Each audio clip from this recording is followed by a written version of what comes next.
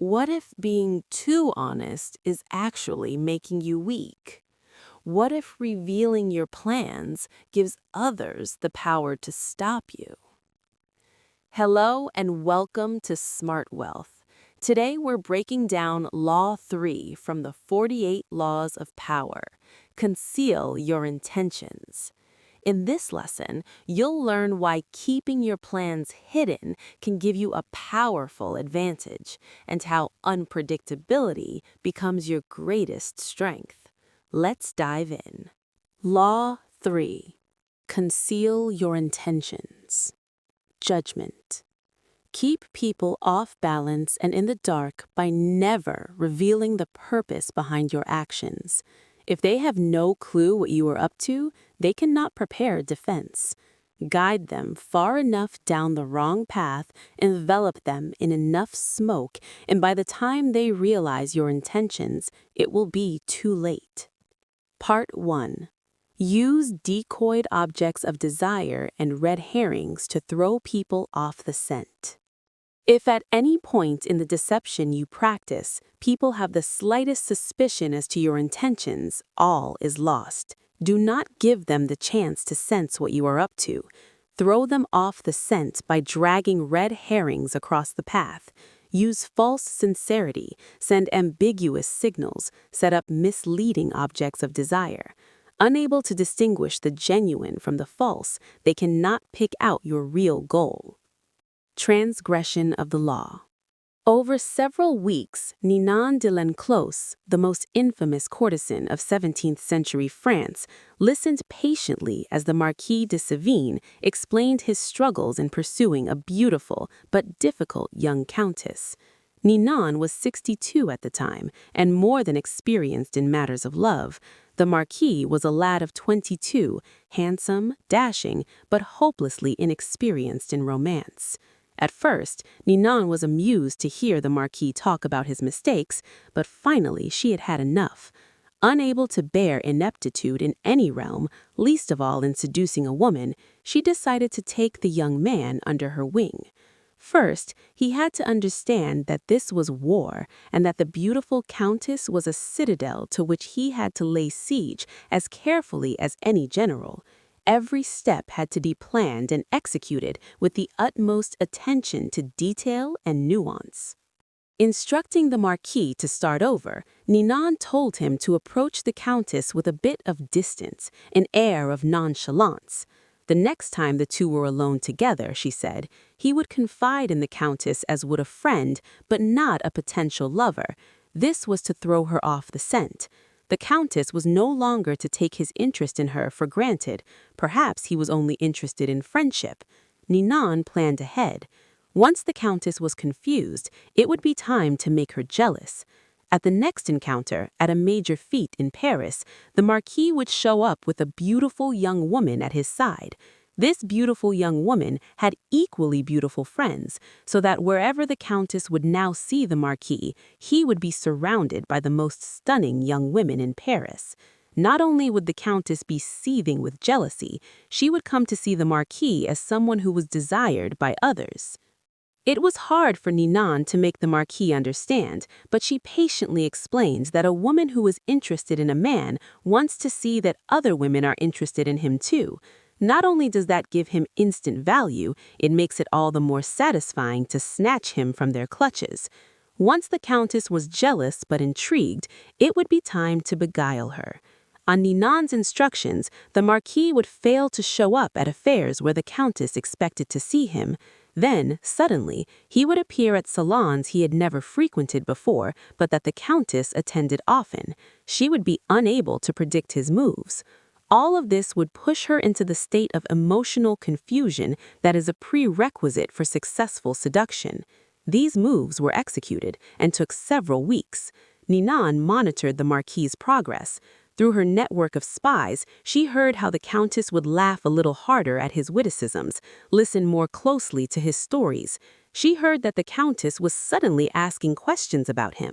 Her friends told her that at social affairs, the Countess would often look up at the Marquis, following his steps. Ninon felt certain that the young woman was falling under his spell. It was a matter of weeks now, maybe a month or two, but if all went smoothly, the citadel would fall. A few days later, the Marquis was at the Countess's home. They were alone. Suddenly, he was a different man. This time, acting on his own impulse rather than following Ninan's instructions, he took the Countess's hands and told her he was in love with her. The young woman seemed confused, a reaction he did not expect. She became polite, then excused herself. For the rest of the evening, she avoided his eyes, was not there to say goodnight to him. The next few times he visited, he was told she was not at home. When she finally admitted him again, the two felt awkward and uncomfortable with each other. The spell was broken. Interpretation. Ninan de L'Enclos knew everything about the art of love. The greatest writers, thinkers, and politicians of the time had been her lovers, men like La Rochefoucauld, Molière, and Richelieu. Seduction was a game to her, to be practiced with skill. As she got older and her reputation grew, the most important families in France would send their sons to her to be instructed in matters of love. Ninan knew that men and women are different, but when it comes to seduction, they feel the same. Deep down inside, they often sense when they are being seduced, but they give in because they enjoy the feeling of being led along. It is a pleasure to let go and to allow the other person to detour you into a strange country. Everything in seduction, however, depends on suggestion. You cannot announce your intentions or reveal them directly in words. Instead, you must throw your targets off the scent. To surrender to your guidance, they must be appropriately confused. You have to scramble your signals, appear interested in another man or woman, the decoy, then hint at being interested in the target, then feign indifference, on and on. Such patterns not only confuse, they excite. Do not be held a cheat, even though it is impossible to live today without being one. Let your greatest cunning lie in covering up what looks like cunning. Balthazar, Gracian, 1601 to 1658. Observance of the law. In 1850, the young Otto von Bismarck, then a 35-year-old deputy in the Prussian parliament, was at a turning point in his career. The issues of the day were the unification of many states, including Prussia, into which Germany was then divided, and a war against Austria, the powerful neighbor to the south that hoped to keep the Germans weak and at odds, even threatening to intervene if they tried to unite. Prince William, next in line to be Prussia's king, was in favor of going to war, and the parliament rallied to the cause, prepared to back any mobilization of troops. The only ones to oppose war were the present king, Frederick William IV, and his ministers, who preferred to appease the powerful Austrians. Throughout his career, Bismarck had been a loyal, even passionate supporter of Prussian might and power. He dreamed of German unification, of going to war against Austria and humiliating the country that for so long had kept Germany divided. A former soldier, he saw warfare as a glorious business.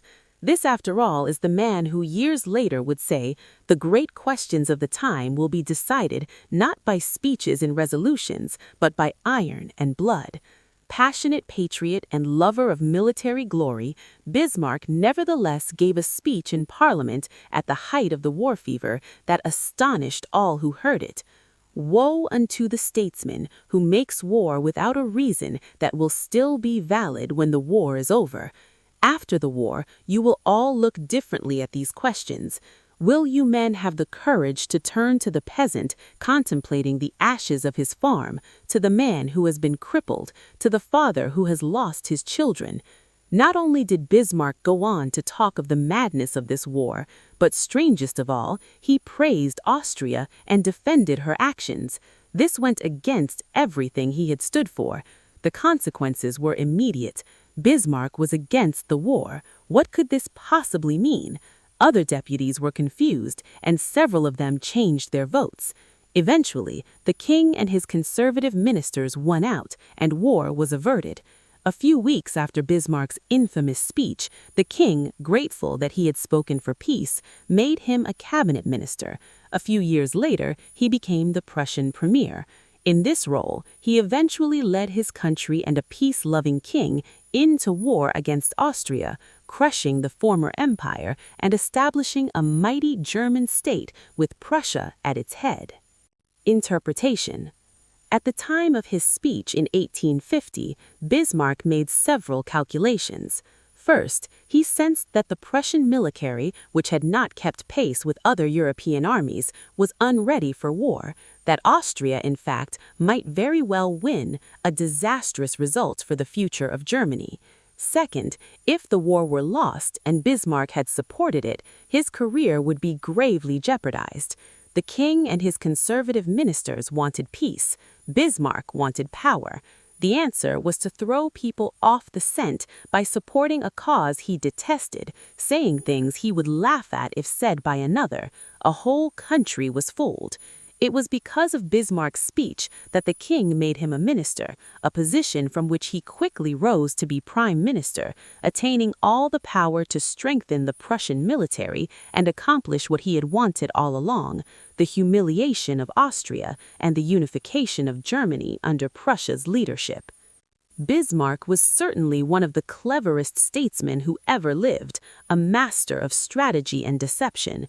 No one suspected what he was up to in this case. Had he announced his real intentions, arguing that it was better to wait now and fight later, he would not have won the argument, since most Prussians wanted war at that moment and mistakenly believed that their army was superior to the Austrians. Had he played up to the king, asking to be made a minister in exchange for supporting peace, he would not have succeeded either. The king would have distrusted his ambition and doubted his sincerity. By being completely insincere and sending misleading signals, however, he deceived everyone, concealed his purpose, and attained everything he wanted. Such is the power of hiding your intentions. Keys to power. Most people are open books.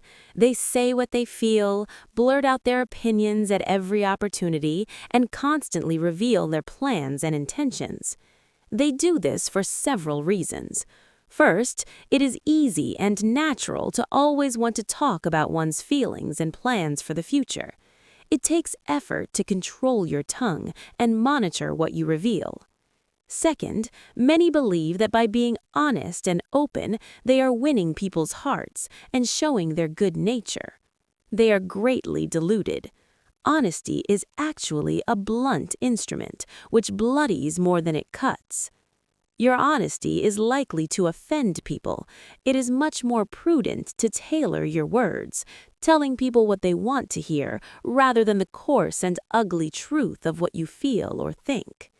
More important, by being unabashedly open, you make yourself so predictable and familiar that it is almost impossible to respect or fear you, and power will not accrue to a person who cannot inspire such emotions. If you yearn for power, quickly lay honesty aside and train yourself in the art of concealing your intentions. Master the art, and you will always have the upper hand. Basic to an ability to conceal one's intentions is a simple truth about human nature. Our first instinct is to always trust appearances. We cannot go around doubting the reality of what we see and hear. Constantly imagining that appearances concealed something else would exhaust and terrify us. This fact makes it relatively easy to conceal one's intentions. Simply dangle an object you seem to desire, a goal you seem to aim for, in front of people's eyes, and they will take the appearance for reality. Once their eyes focus on the decoy, they will fail to notice what you are really up to. In seduction, set up conflicting signals, such as desire and indifference, and you not only throw them off the scent, you inflame their desire to possess you. A tactic that is often effective in setting up a red herring is to appear to support an idea or cause that is actually contrary to your own sentiments. Bismarck used this to great effect in his speech in 1850.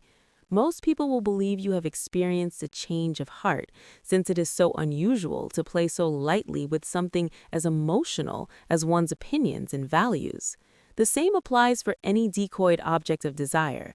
Seem to want something in which you are actually not at all interested, and your enemies will be thrown off the scent, making all kinds of errors in their calculations. During the War of the Spanish Succession in 1711, the Duke of Marlborough, head of the English army, wanted to destroy a key French fort because it protected a vital thoroughfare into France. Yet he knew that if he destroyed it, the French would realize what he wanted to advance down that road. Instead, then, he merely captured the fort and garrisoned it with some of his troops, making it appear as if he wanted it for some purpose of his own. The French attacked the fort, and the Duke let them recapture it. Once they had it back, though, they destroyed it, figuring that the Duke had wanted it for some important reason. Now that the fort was gone, the road was unprotected, and Marlborough could easily march into France. Use this tactic in the following manner. Hide your intentions not by closing up, with the risk of appearing secretive and making people suspicious, but by talking endlessly about your desires and goals, just not your real ones. You will kill 3 birds with 1 stone. You appear friendly, open, and trusting, you conceal your intentions, and you send your rivals on time-consuming wild goose chases. Another powerful tool in throwing people off the scent is false sincerity. People easily mistake sincerity for honesty. Remember, their first instinct is to trust appearances, and since they value honesty and want to believe in the honesty of those around them, they will rarely doubt you or see through your act. Seeming to believe what you say gives your words great weight. This is how Iago deceived and destroyed Othello. Given the depth of his emotions, the apparent sincerity of his concerns about Desdemona's supposed infidelity, how could Othello distrust him? This is also how the great con artist Yellow Kid Wheel pulled the wool over Sucker's eyes. Seeming to believe so deeply in the decoyed object he was dangling in front of them, a phony stock, a touted racehorse, he made its reality hard to doubt. It is important, of course, not to go too far in this area. Sincerity is a tricky tool. Appear overpassionate and you raise suspicions. Be measured and believable, or your rules will seem the put-on mat it is. To make your false sincerity an effective weapon in concealing your intentions, espouse a belief in honesty and forthrightness as important social values. Do this as publicly as possible. Emphasize your position on this subject by occasionally divulging some heartfelt thought, though only one that is actually meaningless or irrelevant, of course. Napoleon's minister Talleyrand was a master at taking people into his confidence by revealing some apparent secret. This feigned confidence, a decoy, would then elicit a real confidence on the other person's part. Remember, the best deceivers do everything they can to cloak their roguish qualities. They cultivate an air of honesty in one area to disguise their dishonesty in others. Honesty is merely another decoy in their arsenal of weapons. Part 2. Use smokescreens to disguise your actions. Deception is always the best strategy, but the best deceptions require a screen of smoke to distract people's attention from your real purpose. The bland exterior, like the unreadable poker face, is often the perfect smokescreen, hiding your intentions behind the comfortable and familiar. If you lead the sucker down a familiar path, he won't catch on when you lead him into a trap. Observance of the law. In 1910, a Mr. Sam Giesel of Chicago sold his warehouse business for close to $1 million. He settled down to semi-retirement and the managing of his many properties, but deep inside he itched for the old days of deal-making. One day, a young man named Joseph Wheel visited his office, wanting to buy an apartment he had up for sale. Giesel explained the terms. The price was $8,000, but he only required a down payment of $2,000. Wheel said he would sleep on it, but he came back the following day and offered to pay the full $8,000 in cash if he could wait a couple of days until a deal he was working on came through. Even in semi-retirement, a clever businessman like Giesel was curious as to how Weil would be able to come up with so much cash so quickly. Weil seemed reluctant to say and quickly changed the subject, but Giesel was persistent. Finally, after assurances of confidentiality, Weil told Giesel the following story. Weil's uncle was the secretary to a coterie of multi-millionaire financiers. These wealthy gentlemen had purchased a hunting lodge in Michigan 10 years ago at a cheap price. They had not used the lodge for a few years, so they had decided to sell it and had asked Weil's uncle to get whatever he could for it. For reasons, good reasons, of his own, the uncle had been nursing a grudge against the millionaires for years. This was his chance to get back at them. He would sell the property for $35,000 to a setup man, whom it was Weil's job to find. The financiers were too wealthy to worry about this low price.